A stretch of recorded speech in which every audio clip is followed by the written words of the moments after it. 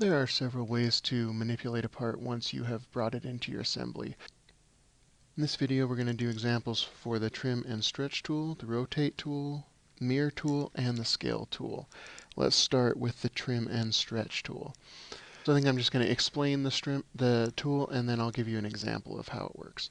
With the trim and stretch tool, it is a toggle button, this button right here, the scissors up on the toolbar. So the way you use it is you toggle the toolbar on, and then you can use the arrow keys, left, right, up, or down, to either trim the item or stretch the item. So let's give an example of it real quick. Let's say I wanted to bring in a den rail, and this den rail is much larger or much longer than I need it to be. So if I want to trim it, I toggle the scissors, the scissor button, and I push the left or right key, or the left key, to trim it down. So I can trim this down by pushing the left key.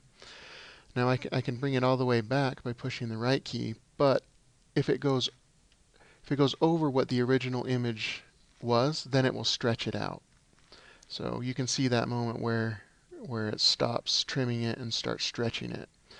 This is the same with up or down as well. So if I wanted to make it littler, I could push down and it will stretch it that way, or it will stretch it up.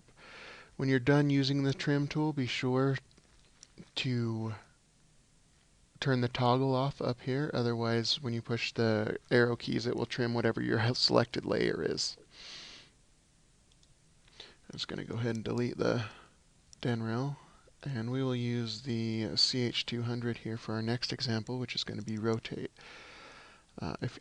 If you need to rotate an item to fit inside of your enclosure or inside of on your system, it needs to be mounted a different way than it came in, or it just needs to be rotated inside of your enclosure.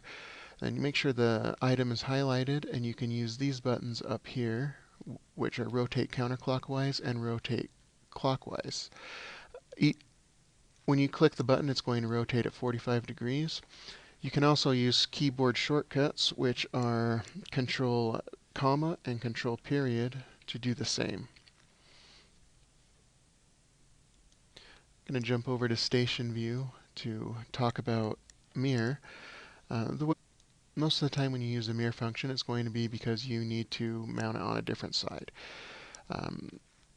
So for an example, if I bring in this radiation shield and I need to mount it on the other side of the enclosure, I can push mirror horizontally. That will just flip it around, and now I can move it on the other side. I'll just show you with the solar panel here too. Additionally, if you want to mirror something vertically, you can use this button right here, and it will just flip it upside down. The keyboard shortcut for mirror horizontally is Control M, and the keyboard shortcut for mirror vertically is Control J. Also, the last way you can manipulate a single part is to scale it. The keyboard shortcut for scale, which is the only way that you can scale something, is to hold Control and the plus minus buttons, and I'll just show you really quick. So I'm just pushing Control plus right here and Control minus.